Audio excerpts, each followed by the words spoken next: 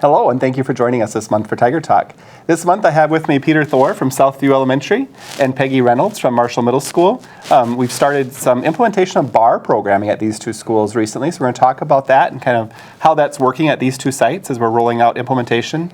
We're in either year 2 or 3, kind of depending on what you count as official year 1. So we'll talk about how that's going, what's going well there, and how it compares to maybe what's going at the high school, because we've been talking about BAR at the high school for over 5 years now, and the success we're having there with looking at those individual student needs and using a lot of data to drive decision making around instruction and intervention. So glad you two can join me today.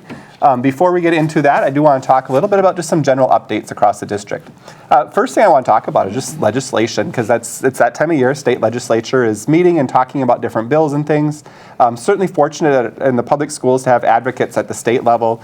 We work closely with the Minnesota School Boards Association, MSBA, with MASA, and with MREA to advocate for school districts. They listen to us, they talk about our needs, they give us updates what's going on, and certainly some advocacy support for us at the school districts. A lot of different discussions and movement taking place at the federal level as well, so a lot of conversations around what's going to happen with education for next year. So following that closely, just a couple things I want to share. This month, as we're thinking about what's going on, one of the concerns we have at the state is the governor's budget proposal includes eliminating QComp funding. For Marshall Public Schools, we've had QComp funding for probably almost 20 years. We were early on in that. It's over $700,000 in revenue every year that the district receives in that. So it'd be a big impact to us. Certainly something we want to keep an eye on and see if there gets a lot of traction around actually cutting that. Another area that's really important to us is our special ed funding. We have a number of students that have special needs and some additional funding that comes through that. A lot of conversations around that funding and the cross subsidies, meaning we take general ed funding to help cover the costs of special education. Some really critical issues and needs are ever increasing, and funding just isn't keeping up with that. So that's an area that we want to keep an eye on. Compensatory funding is another area you probably heard me talk about before. When we think about funding for the school districts, compensatory funding is a piece that's tied to free and reduced lunch counts. During the COVID times, there were some changes with how that was calculated, and then coming off of COVID, the free meals have remained in place with the state, but then the formula for how we're going to fund compensatory going forward, we just haven't really seen a long-term solution yet. So certainly looking for some more conversation on that and what that's going to mean for our districts. Overall, the message we're getting from the state right now is there's not a lot of new money to go around, so we're not anticipating a lot of new additional funding. A lot of more conversations around mandates and how legislators can support our schools. So a lot more to come, certainly early in the session, and certainly a slower start in Minnesota session this year. So look forward to learning where that all goes from here. Going through each site. Parkside's the first one. They celebrated their 100th day of school recently. If you've never seen the 100th day of school celebration at any of our elementary schools, it's always a fun day. At Parkside, the little kids dressed up as senior citizens. They put powder in their hair and come with white hair, and they come all dressed up like their grandpas, their grandmas, and what have you, and just celebrate that 100th day of school. Not all fun and games, Darcy assures us. A lot of learning taking place that day too. It's looking at a lot of counting activities. So students bring in 100 of different items, and they count the items and such and learn about the numbers up to 100. So a lot of learning taking place on that day as well, but it was a fun learning day, and I'm sure Southview did some things for 100th day as well. Preschool and kindergarten, something exciting happening there is registration, and open houses are coming up soon. We're going to host our annual open house on March 6th. That's from 4 p.m. until 6 p.m. And this year we're combining events. So the kindergarten open house and the preschool open house is going to be one event, just trying to make that more convenient for families that have students in both of the programming. At Southview, February 11th, we had a visit from Dr. Trower. He is a professor of Ojibwe at Bemidji State University, author of a number of books. He was in town. I know he worked with some other things in town that when he was around too, but he came to Southview, met with all the kids, shared Native American folk stories, and really enjoyed by everyone. So it was a nice event to have taking place there. Middle school, Peggy says it's always busy at the middle school. A lot of things taking place there. This last month, a couple highlights is fifth graders. They had social studies in the first semester, and now they're going to science second semester. So that change is a big change for fifth graders.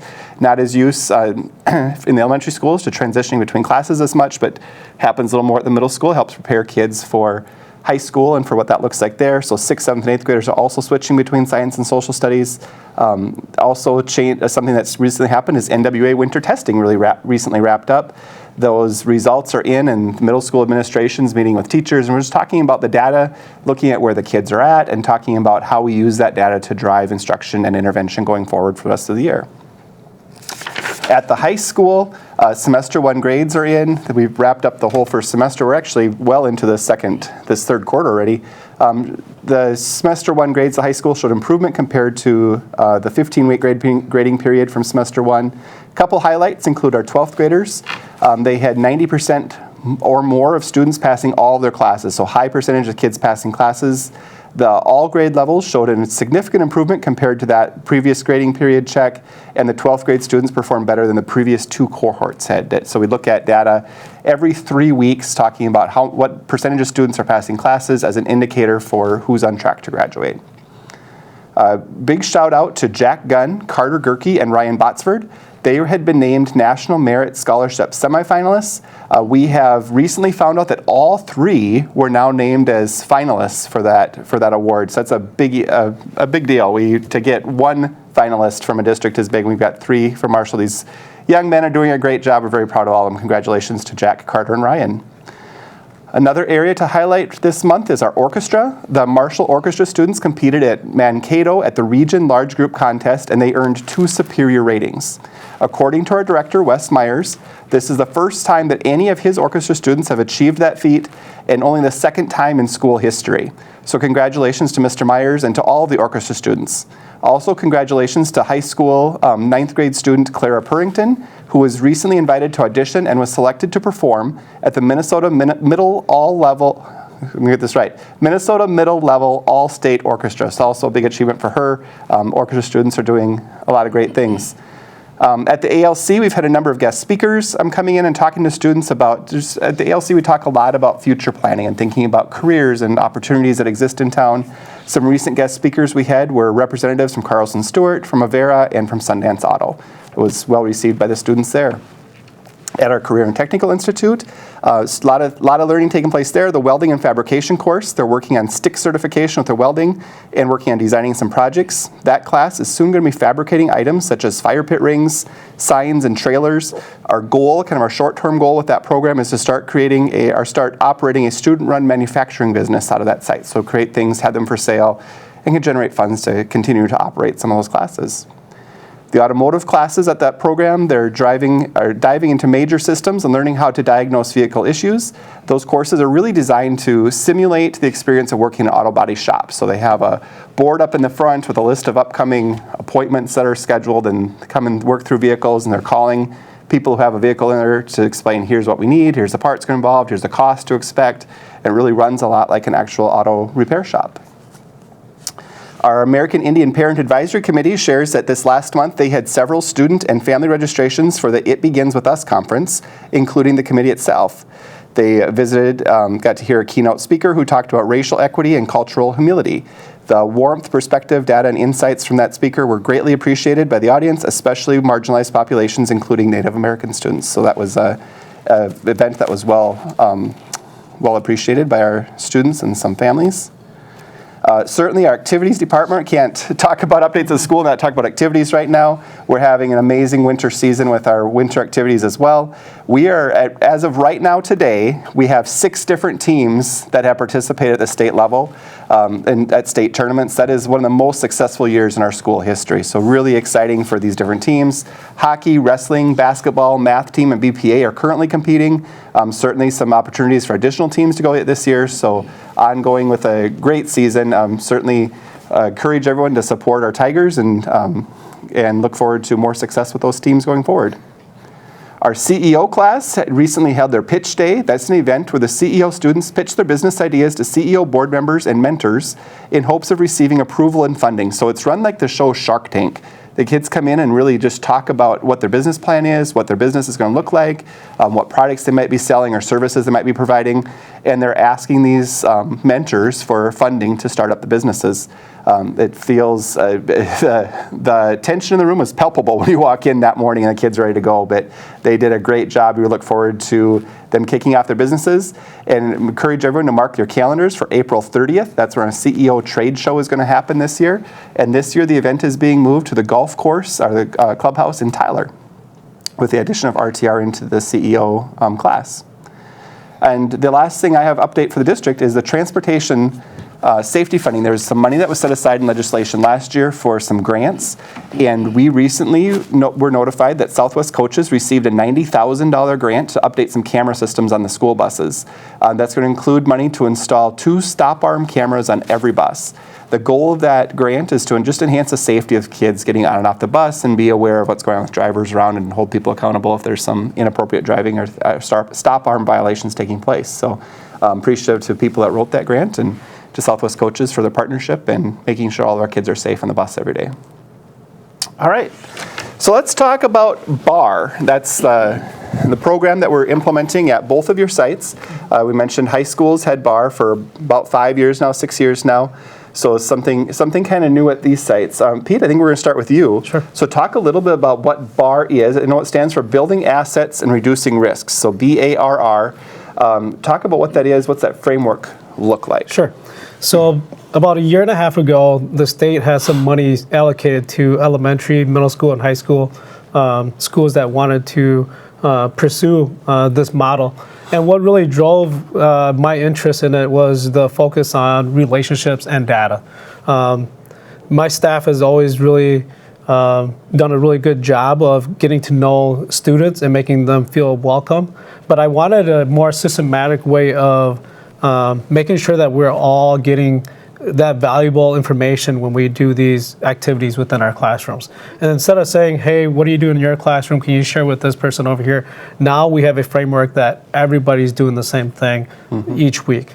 Also, the data piece is a big component of schools every single day. We look at attendance data, we look at behaviors, we look at academics, and that's what we use to make decisions. And I think the more that we can get students to start talking about how they're doing and what their needs are, and being just transparent with them and their parents, the more they can kind of be on the same page with us. So those are kind of the 2 big pieces. I feel like when I talked to Brian Jones about what he liked most about it, he said it was the, how our schools have so many different silos that we work in different departments, and BAR allowed him to kind of get everybody underneath the same structure, and that's what I was looking for when we went with this model. Yeah.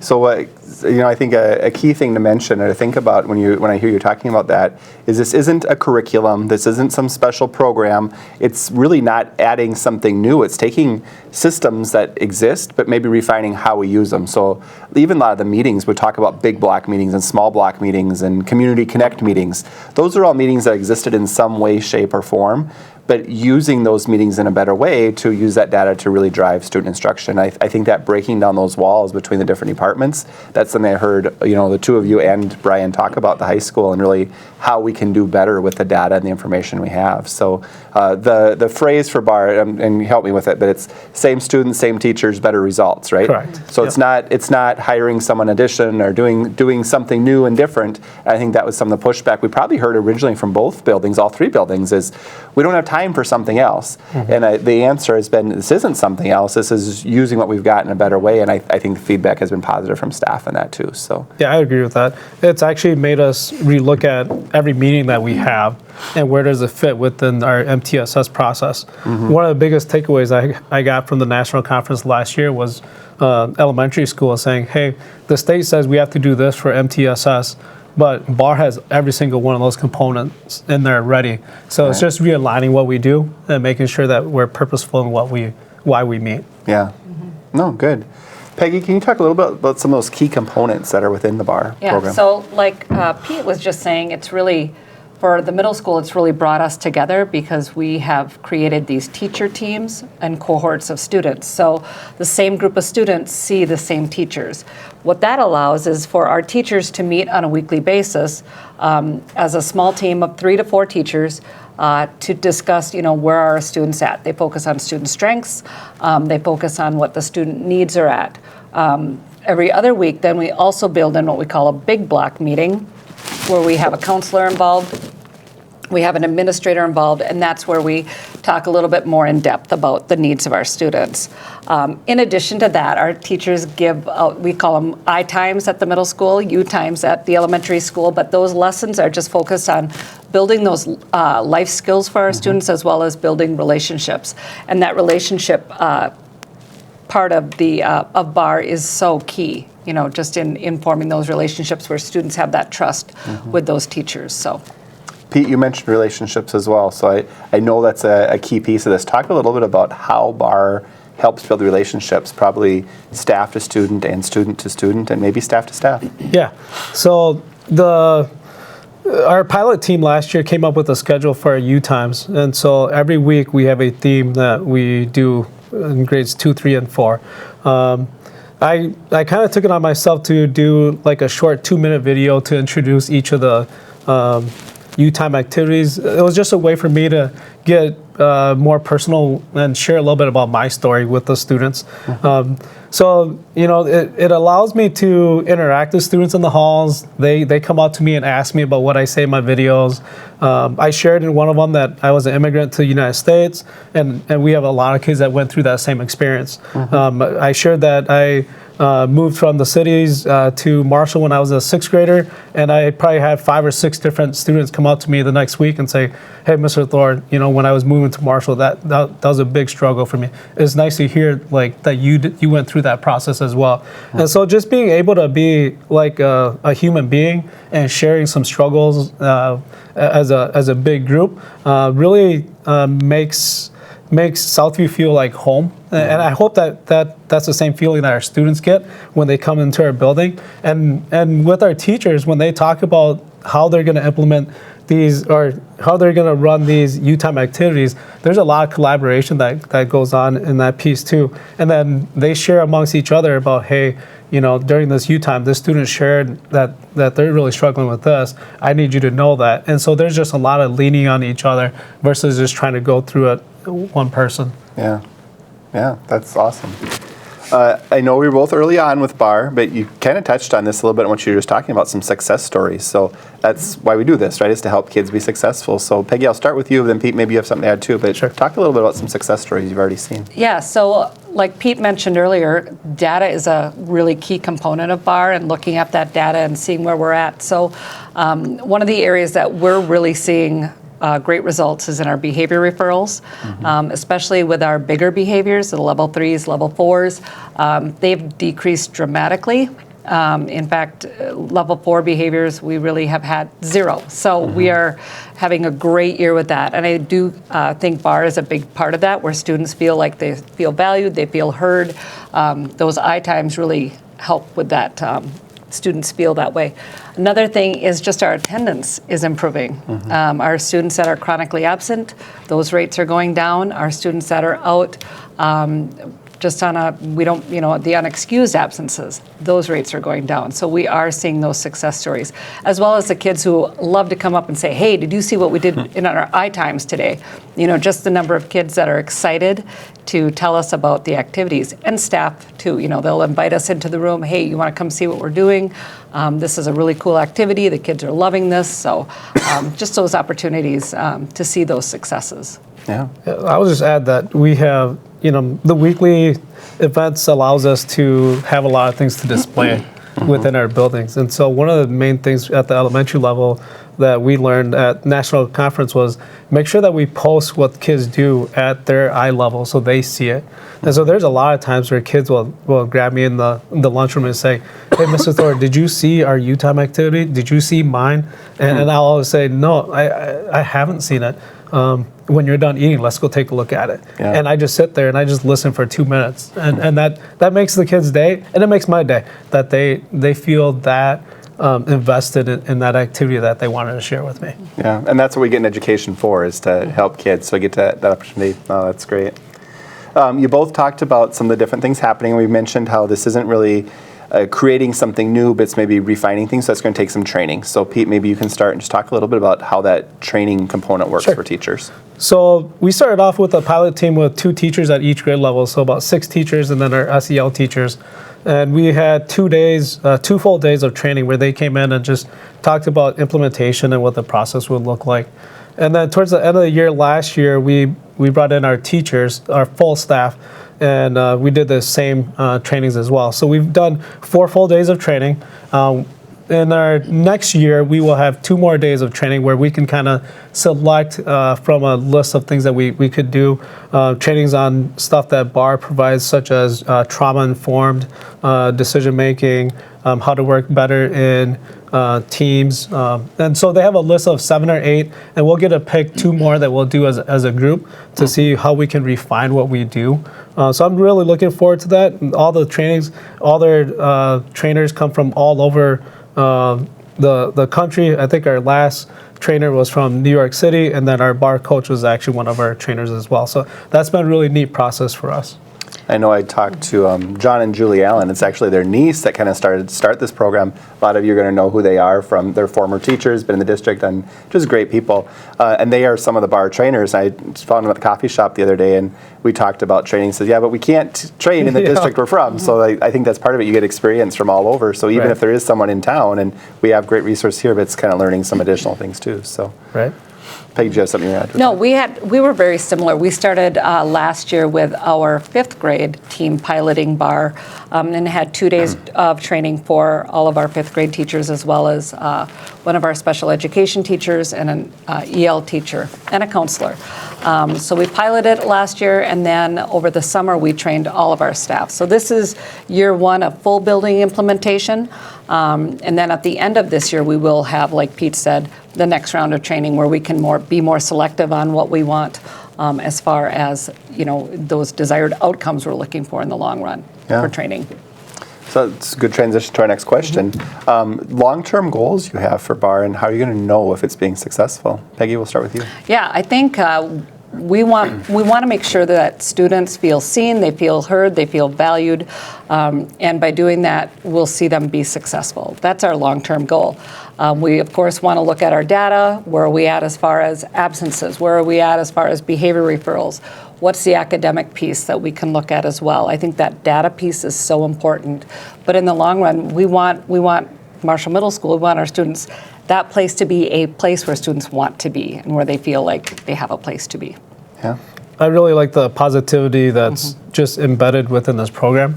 And so I really hope that long term, both students and staff really just want to be at Southview and come to work and come to school every single day. I love the focus on just the positive piece. We just started our big blocks this year, and one of the roles is to just be the person that makes sure that we're talking positively and we're positively focused on each of those kids. So we're not just talking about the kids that are at risk, we're talking about every single kid that's in our school at some point, and we're starting off with what are things that are going well for this child.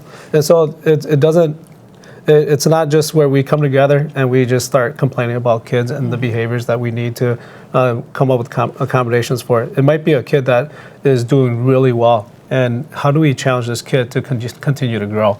And so really, my long-term goal for this would be to just meet the needs of our kids no matter where they're at. Yeah. So let's flip that to the other end of the spectrum. That's your long-term goal. What are you working on right now, focusing on this year with BAR? Sure. So this year, this is the first year where we're doing the U-Time activities as a building. And so I've told my staff with the OLA training and the READ-ACT stuff that if we do something right this year, we're going to do the U-Times right so that we can make sure that we can focus on the relationships with the kids. Mm-hmm. Very similar for us. We, being a full building implementation this year, we just want our staff to get comfortable with the I-Times and how those those block meetings work, whether it be small block, big block, really focusing on those student strengths. Every meeting that I've attended, that's the first thing they talk about is what is this student's strengths? And I think that is just so great to see. Yeah. Great to see. As we think about long-term and short-term, kind of more immediate goals, and then we mentioned training, but another component of this that we haven't touched on is there is a BAR coach that actually comes to town. I think you guys both have the same coach, but she actually comes and she sits down with you and with your team every month or every other month. So she meets with us virtually once a week. And then she comes up to 6 times a year. I think last year we did 4, 2 sets of 2, where she just comes in and does what I call fidelity checks and make sure that we're kind of on pace to make sure that we get to the end piece where we want to be. What I really like about this program is from the very start, our coaches always told us, hey, every school is a little bit different. We're not going to come in and tell you this is what you have to do. You have to make it work for you. And so I love the flexibility piece.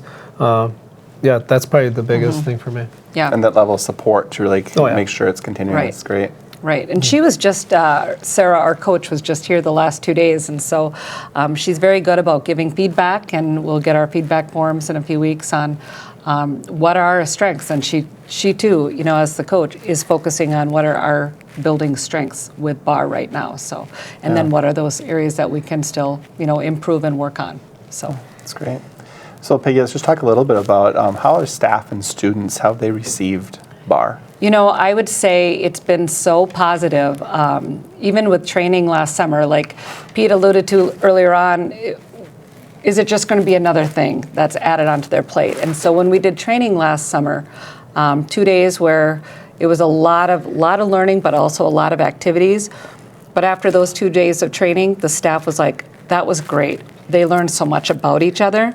And so they brought that positivity going into the school year, and it's really rubbed off on the students. The students are very positive about it. The teachers talk about the I times. We actually did an I time at a staff PD day a couple of months ago, which was well received, just to get to know our staff a little bit better and bring them together. So And they walk feedback's through been and experience positive. that too. Yeah, So it is that's fun. good. Yep. Last question I'm going to ask you guys. I'm going to have both of you to answer it. So when I walk into Southview Elementary or Marshall Middle School right now, what am I going to notice in the school that's going to indicate that you're a BAR school? Sure. I feel like we have just more color and more activities that are just posted, like I said before, like at eye level. So no matter what corner you turn around, there's going to be a U-time activity that's posted. And on all of our monitors too, we encourage our teachers to take photos of U-time activities, and then they just get put on the big TVs and all throughout the building. And it's amazing to me. Sometimes you'll see just a kid walking through and just standing there, or if we have inside recess and they're just standing there just looking, and they'll just say, "Hey, Ms. Thor, if you wait 2 seconds, I'm gonna be on that screen." You know. And so it's that buy-in of, hey, this is our school, this is our activities, this is who we are. Yeah. Yeah, very similar. We have our teachers that are displaying I-time work in the hallways, in the display cases. It's regularly changed out depending on what that activity was. We also have encouraged our teachers to take photos and put those in the newsletter, put them, we haven't done the TV thing, so I like that idea. I'm going to use that, so that's a great idea. Also, I just feel like the feel of our building, the vibe of our building has a positive feel. It's a place where kids seem happy. They seem like they want to be there. Staff is great. It's just really helped the culture and climate of our building this year. I know I've had a chance to sit in a few of the different BAR meetings, and that's what's really stood out to me too. As you walk in the meeting, the first thing we're talking about is what's the strength, what's going well. We don't focus on the negative. Let's talk about the strength. Then we'll say, okay, and then what do we need to work on too? Obviously, we have to get there too. But no, that's great. I know we're getting low on time, so any last minute things either of you would like to share about BAR implementation at your sites? I would just say, you know, one of the big pieces that I've really enjoyed too is our community connect and having that group kind of grow to be more than just people within our walls, to include people from the community and from county and whatnot. So to just have a different perspective on students and what their needs are as well. I've really enjoyed that piece. Yeah, and we have not implemented Community Connect quite yet. We're still working on that, but excited about that because you do bring in outside resources to meet the needs of those students, which is what we ultimately want. Absolutely. Well, great. Thank you both so much for all that you're doing, for supporting our kids, and for coming and joining me today. And thank you, viewers, for watching Tiger Talk. We'll see you again next month.